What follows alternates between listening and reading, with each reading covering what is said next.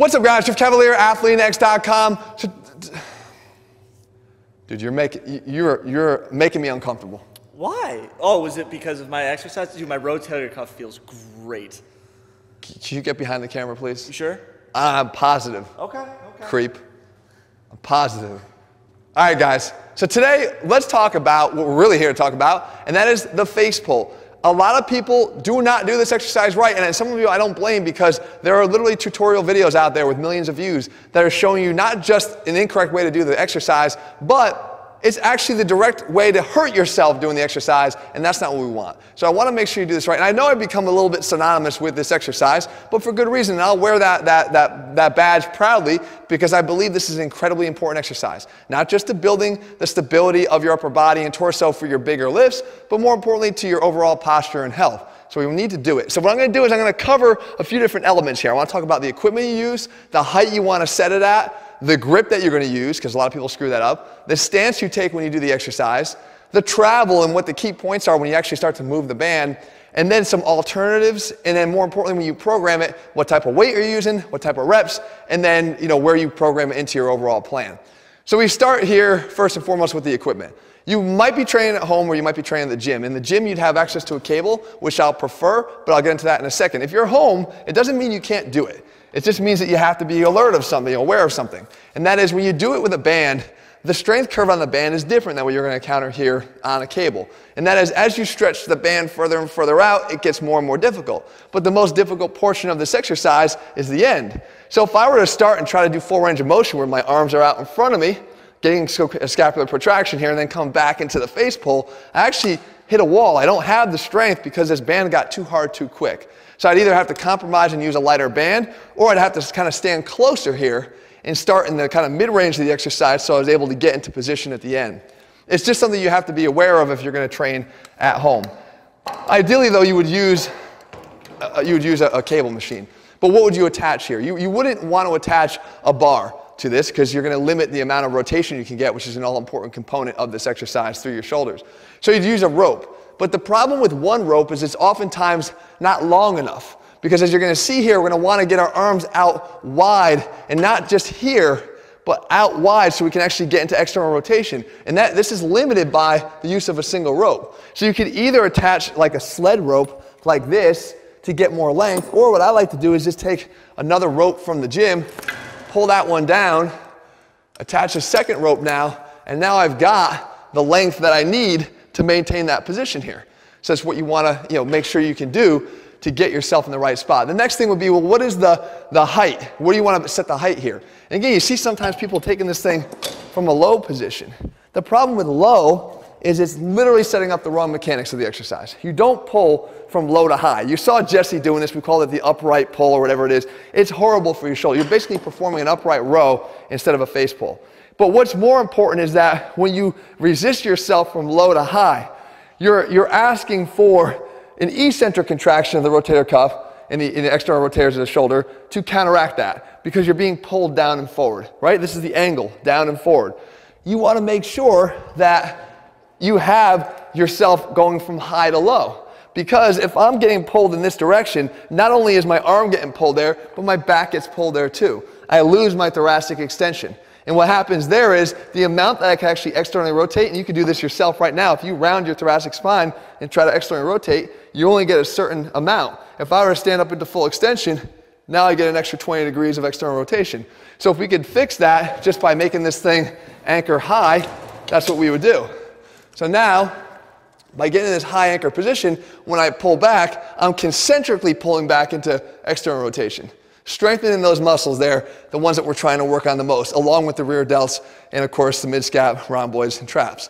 So I'm in this position here. So we want to pull from high to low. Next is the stance. How do you stand? People say, I'm never sure if I'm supposed to stand square, or if I'm supposed to stand like this, or if I'm supposed to put my leg up on something. No, you don't want to do that. You want to stand square if at all possible. It's more athletic. You get into an athletic stance, you square up and you pull. What it does is it regulates the amount of weight that you can use, so that I can't overload this to the point where it degrades the form on the exercise. Because if I try to go so heavy that I'm getting pulled forward, I'm going too heavy. And it's a good, easy sign for you to know that. But you want to be able to square up here and pull around that torso this way, all right? If you have to.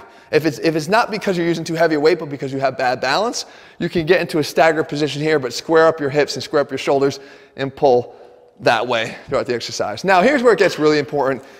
It's the grip, right? How are you gripping this rope? Because all the time I see people, especially if you correctly put it up high, they take an overhand grip, and then they pull. And what this is promoting is, again, internal rotation of the shoulder with elevation of the arms up overhead. You don't want to be there, especially if you do this as often as I'm going to recommend you do this. You're accumulating a lot of repetitions in an internally rotated shoulder position with elevation. Not a good idea. So instead you grab it from underneath and underneath, okay? And you point your thumbs backwards so that now when I've gripped it this way and I come back, you can see that I'm getting external rotation of the shoulder at the top with elevation here as opposed to internal rotation. Which leads us right into the travel, right? What the exercise looks like when you start to perform it. And there's two things that you really want to focus on here. The first thing is, where are you pulling to? What's the destination? And this should be easy, but it actually gets screwed up a whole hell of a lot of times. This, guys, is a face pull. So that means you're pulling to your face, right? Right around your nose. My big nose is a nice target for me. I can come right towards my nose. If I could, I'd pull it right in here, right? A face pull. It's not a clavicle pull in here. You're not trying to pull down there. It's not a chest pull, right? It's not an overhead pull like that. It's a face pull. So you want to make sure that that's your destination. In terms of the main driver of this is what's key. What wins the race to the back position there? Your elbows or your hands? The answer is your hands, and this is where people, I think, get this wrong all the time. They let their elbows win. They do this. They do this.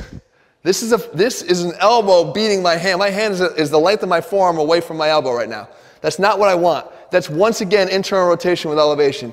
What I need to do is I need to let my hands beat my elbows in a race to the back, right? I come in here, the hand beats the elbow. Because what that ensures is I'm getting external rotation. And what I'm really trying to do here is I'm trying to close down the back here, right? Open the chest, close down the back, squeeze the shoulder blades, externally rotate, get the rotator cuff involved, let the traps pull and help. Right? We want to make sure that the real race is being won by the rotator cuff in this exercise, not by the rear delt in some sort of a row. There's a different exercise. The benefit of this exercise is driven by the rotator cuff. If you can't do that, there's a couple modifications that will help you. The first one is to actually reinforce that, is to actually just get down on the ground. If I get down here and I perform this, if I just lead with the elbows, my hands don't come anywhere close to the ground. So what I could do is I can come down here and make sure my hands, or at least the nubs of the rope, make contact with that ground. And my elbows are elevated here. And I squeeze for a second or two, and I come back up. Down, and I hold and squeeze. Don't let the hands drift. Keep them down in contact with the ground. It's not just a great way to feel this, it's just a great way to do the exercise. But another variation that you could do, just sort of an alternative to add more to this exercise, is one I showed you recently, and that is adding a raise of the arms at the top. So I get back here, and then I raise the arms up, and then I come back down. What this is doing is just adding the lower traps to the equation here. We're already hitting almost everything in our back. The lower traps are really important for creating stability of the scapula as we raise our arms up over our head. So we don't want to ignore that. If we can build that in with a simple raise of the arms at the end here and holding isometrically in that back position, then why wouldn't we do it? It is a bit more complicated. It does require a little bit more strength, but it's one that you want to explore if you can. The last two things are how you would program this from a weight perspective, a sets, that type of thing, and also how frequently. Weights, I mentioned before, not so heavy that it's actually pulling you forward, but not so light that the exercise actually becomes ridiculous, because people will think this is a corrective exercise and they'll come and they'll get limp here, right? This is not helping. This is not helping. What you do is you want to make sure that you're using enough weight to create strength benefits. You're trying to strengthen weak muscles that are being compromised by over-dominant anterior chain muscles that have put you in this position. These need to get stronger. So choose a weight that is a resistance that's challenging for you. But most importantly, it's the set rep structure. If you're going to do 10 to 12 reps of these, make sure it's 12 sets of 1 or 10 sets of 1. That's the mentality. Every single one of them has to be a good solid contraction here. Squeeze, hold, raise up if you're going to, come down, and rest. Reset, come back, high quality repetition, come up, down, and through.